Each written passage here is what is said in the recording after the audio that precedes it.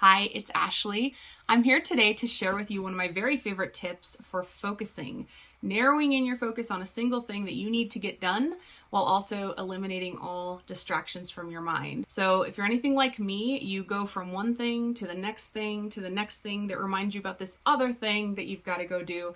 And then at the end of the day, you feel really exhausted, but you don't feel like you actually accomplished any of the things that were on your list to do.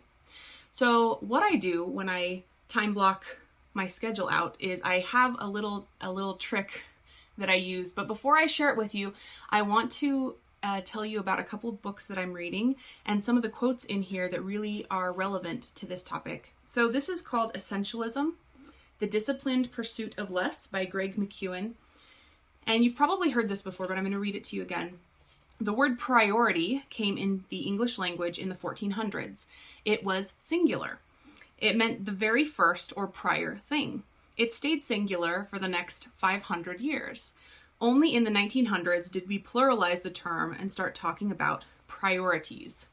So what he's saying here is we can only focus on one thing at a time, which leads me to the next book by Gary Keller. It's called The One Thing. Highly recommend. He talks in here about multitasking and how it's a lie. He says, when you try to do two things at once, you either can't or won't do either well. If you think multitasking is an effective way to get more done, you've got it backwards.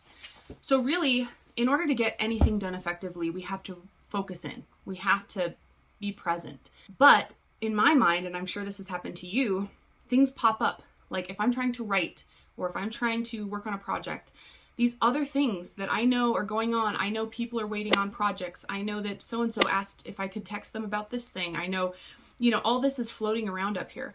And so this next tip I think will help you tremendously. So what I do when I go to sit down to work on something intentionally, I pull up a notebook to the side of me, a blank notebook. When I'm working on the project, if something pops into my mind that I don't want to forget, I will write it down on the list. I call it the shelf. And I call it that because it's like taking something that you can't put away right now and you're just setting it up on the shelf to look at later. The good news is the shelf is really long.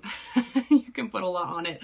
But actually, I think you'll be surprised, for me anyway, when I'm working on a project and I use this method, the shelf, to put all of my ideas on or to put the thoughts that come into my head that I know I can't forget today. I have to do this.